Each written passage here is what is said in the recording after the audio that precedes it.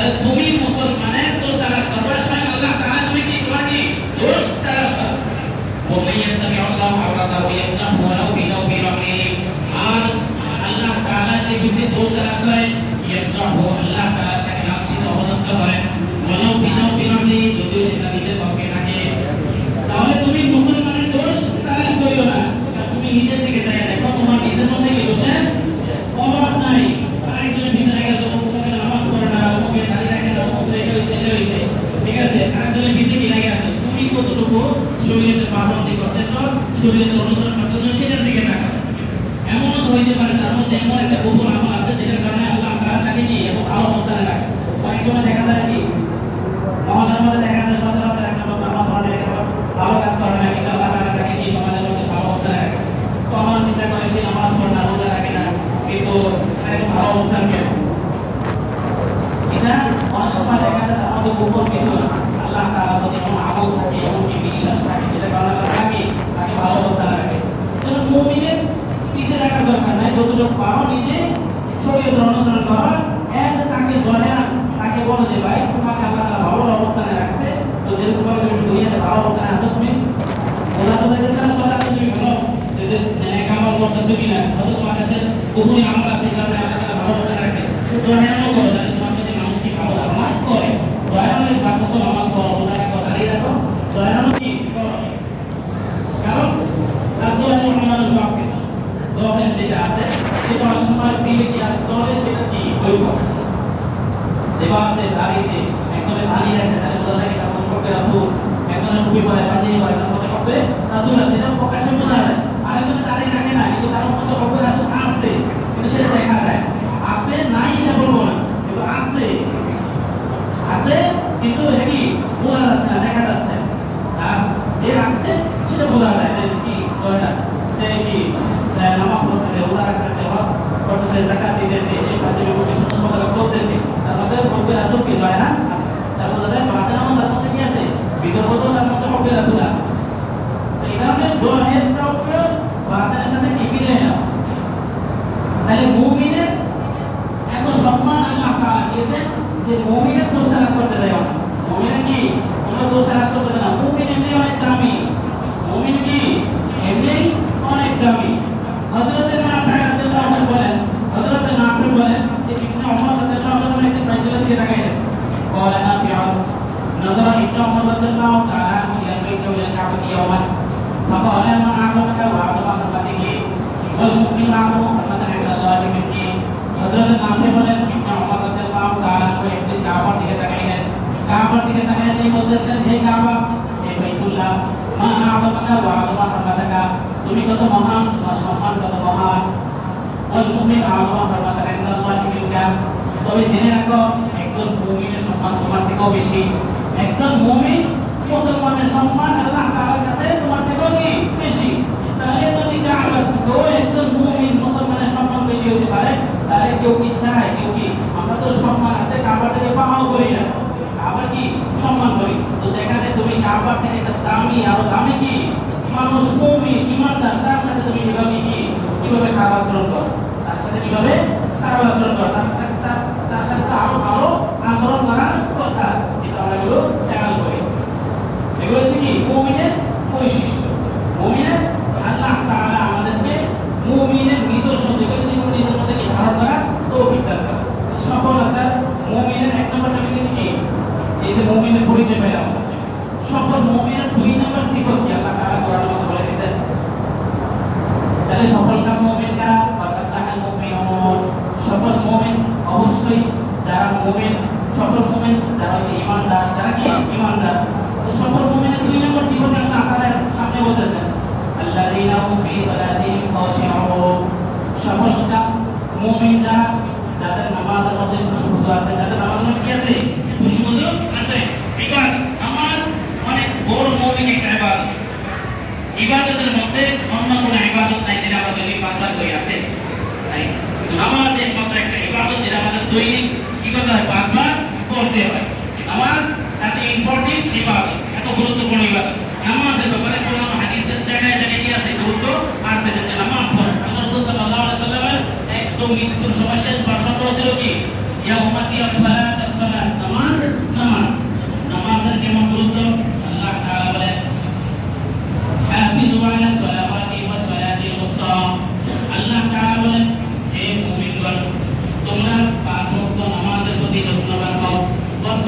অবস্থা বিশেষ করে মধ্যবর্তী নামাজের ব্যাপারে কেউ যত্নবান হও।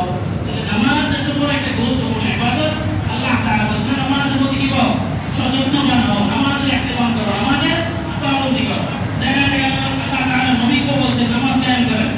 সূরা হুদের মধ্যে আল্লাহ তাআলা বলেছেন ওয়াকিমিস সালাতা তারাফাই নাহারি ওয়া যুলাফিন মিনাল লাইল। আল্লাহ তাআলা নবীকে বলেন হে রাসূল, হে নবী, আপনি দিনের উভয় প্রান্তে এবং রাতের এক প্রান্ত নামাজ কায়েম করুন। দিনের উভয় প্রান্তে এবং রাতের এক অংশের মধ্যে আপনি কি করেন, নামাজ কায়েম করেন। নামাজ এত গুরুত্বপূর্ণ একটা কি ইবাদত। মুমিনের সফল মুমিনের দুই নম্বর সিফত হলো মুমিন কি করবে, নামাজ আদায় করবে, নামাজের ইহতিমাম করবে। শুধু নামাজ পড়লেই হবে না, নামাজ কি করতে হবে, বুজুর্গ সহিত পড়তে হবে। হাদিস শরীফের মধ্যে আছে قال النبي صلى الله عليه وسلم الصلاة عماد الدين من أقامها فقد أقام الدين ومن هدمها فقد هدم الدين। سيدنا محمد رسول الله صلى الله عليه وسلم বলেন নামাজ হচ্ছে দ্বীনের স্তম্ভ, দ্বীনের বুনিয়াদ, খুঁটি। মান আকামাহা ফাকাদ আকামাদ দ্বীন, যেই ব্যক্তি নামাজ কায়েম করলো ফাকাদ আকামাদ দ্বীন, সে নামাজ দ্বীনকে কায়েম করলো। ওমান হাদামাহা ফাকাদ হাদামাদ দ্বীন, আর যেই ব্যক্তি নামাজকে ধ্বংস করলো সে দ্বীনকে ধ্বংস করলো। যে ব্যক্তি নামাজকে ধ্বংস করলো সে কি দ্বীনকে ধ্বংস করলো। তো নামাজ এত বড় মৌলিক একটা ইবাদত। হাদিস শরীফের মধ্যে আছে ইসলামের বুনিয়াদ 5টি। কয়টি? বুনিয়াদ 5টি। তার মধ্যে এক নম্বর হচ্ছে ঈমান, দুই নম্বর হচ্ছে নামাজ। দুই নম্বর কি নামাজ। তাহলে ঈমান আনার পরেই বান্দার উপর সর্বপ্রথম যে ইবাদত ওয়াজিব হয়, ফরজ হয়, সেটা হচ্ছে কি নামাজ। নামাজ সুন্দরভাবে পড়তে হবে, নামাজ পড়লেই খালি হবে না, নামাজ কি করতে হবে, সুন্দরভাবে পড়তে হবে। কারণ নামাজের ব্যাপারে কোরআন ও হাদিসের মধ্যে কি আছে, সুসংবাদও আছে আবার সতর্কবাণীও আছে। যারা নামাজকে সুন্দরভাবে পড়ে না তাদের জন্য কি সতর্কবাণী আছে, আর যারা নামাজকে সুন্দরভাবে পড়ে তাদের জন্য কি সুসংবাদ আছে। যারা নামাজকে সুন্দরভাবে পড়ে না তাদের ব্যাপারে আছে সূরাতুল মাউনের মধ্যে ফাওয়াইলুল লিল মুসাল্লিন আল্লাযীনা হুম ফি সালাতিহিম ফাওয়াইলুল লিল মুসাল্লিন আল্লাযীনা হুম আন সালাতিহিম সাহুন। আল্লাহ তাআলা বলেন ধ্বংস হইবার ওই সমস্ত নামাজীদের জন্য আল্লাযীনা হুম আন সালাতিহিম সাহুন, যারা তাদের নামাজের ব্যাপারে গাফেল, যারা তাদের নামাজের ব্যাপারে কি গাফেল। নামাজে দাঁড়ায় রয়েছে, নামাজ পড়তেছে কি 4 রাকাত পড়তেছে, ইমাম সাহেব কি 4 রাকাত নামাজ পড়াইছে না 2 রাকাত পড়াইছে, কোন সূরাতে নামাজ পড়াইছে কোনো খবর। নামাজে দাঁড়ায় কি দুনিয়াবি চিন্তায় চেতনায় কি মশগুল, দুনিয়াবি ফিকিরে কি মশগুল। নামাজ দিলেই কইতে পারে না 2 রাকাত পড়াইছে, নামাজের পরে ইমাম সাহেব কি নামাজ কি 4 রাকাত পড়াইছে, 2 রাকাত পড়াইছে। নামাজ পড়লেই শুধু হবে না, নামাজের মধ্যে কি করতে হবে, খুশু থাকতে হবে। খুশু যদি না থাকে তাহলে তাদের ব্যাপারে হয় তাদের ধ্বংস অনিবার্য। তারা নামাজকে সুন্দরভাবে পড়ে, আবার যারা নামাজকে সুন্দরভাবে পড়ে তাদের উপরে সুসংবাদ ওয়াতাফলাহুল মুমিনুন আল্লাযীনা হুম ফি সালাতিহিম খাশিউন। অবশ্যই সফলকাম মুমিন তারা যারা তাদের নামাজের মধ্যে কি তাদের নামাজের মধ্যে খুশু রয়েছে, যাদের নামাজের মধ্যে কি রয়েছে খুশু রয়েছে, তারাই সাকসেসফুল মুমিন, কামিয়াব মুমিন। নামাজকে সুন্দরভাবে কি করতে হবে, পড়তেই হবে। নামাজ আমরা নামাজ এত সহজ কাজ হবে না। আল্লাহ তাআলা সূরা বাকারার মধ্যেই বলে দিয়েছেন ওয়া ইন্নাহা লাকাবীরাতুন ইল্লা আলাল খাশিউন। নামাজ নিঃসন্দেহে নামাজ অনেক কঠিন কাজ, অনেক বড় কাজ। দৈনিক 5 ওয়াক্ত নামাজের পাবন্দি করা এত সহজ না, কিন্তু ইল্লা আলাল খাশিউন, কিন্তু যারা যাদের অন্তরে আল্লাহ তাআলার ভয় আছে, যাদের অন্তরে কি আছে আল্লাহ তাআলার ভয় আছে, তাদের জন্য কঠিন না, তাদের জন্য কি না কঠিন না, তাদের জন্য 5 ওয়াক্ত নামাজ, দৈনিক 5 ওয়াক্ত নামাজ আদায় করা কি অনেক সহজ কাজ, অনেক কি সহজ কাজ। নামাজ অনেক সুন্দরভাবে পড়তে হবে। নামাজ যে আপনি সুন্দরভাবে পড়বেন, নামাজের কিছু পুরস্কার আছে। আপনি দৈনিক 5 ওয়াক্ত নামাজ পড়বেন, ঠিক আছে, আপনি পুরস্কার থেকে আনন্দ নেবেন না, হতেই পারে। আপনি 5 ওয়াক্ত নামাজ দৈনিক চেষ্টা করেন খুব সুন্দরভাবে খুশু দৈনিক করবেন, আল্লাহ তাআলা আপনাকে কি দিবেন, কিন্তু পুরস্কার দিবেন। নামাজের পুরস্কার কি, নামাজের 1 নম্বর পুরস্কার আল্লাহ তাআলা নামাজের গুনাহ কাটা মাফ করে, নামাজের কি করে দিবেন, গুনাহ কাটা মাফ করে দিবেন। মিশকাত শরীফের হাদিস হযরত আবু হুরায়রা রাদিয়াল্লাহু তাআলা আনহু বলেন عن أبي هريرة رضي الله تعالى عنه قال رسول الله صلى الله عليه وسلم أرأيتم لو أن نهرا في باب أحدكم يغتسل فيه كل يوم 5 هل يبقى من درنه شيء؟ قالوا لا يبقى من درنه شيء. قال فذلك مثل الصلوات الخمس يمحو الله بهن الخطايا. حضرت আবু হুরায়রা রাদিয়াল্লাহু তাআলা আনহু থেকে বর্ণিত, তিনি বলেন নবী করিম সাল্লাল্লাহু আলাইহি ওয়াসাল্লাম বলেছেন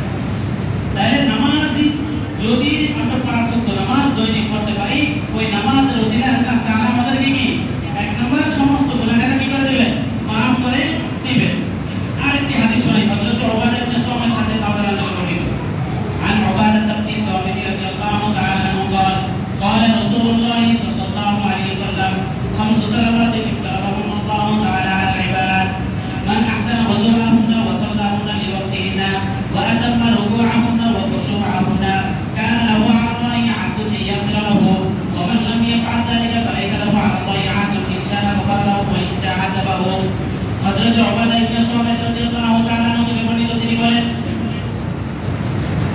আল্লাহ তাআলা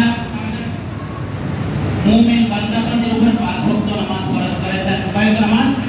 5 ওয়াক্ত নামাজ আল্লাহ তাআলা মুমিন বান্দাদের উপর ফরজ করেছেন।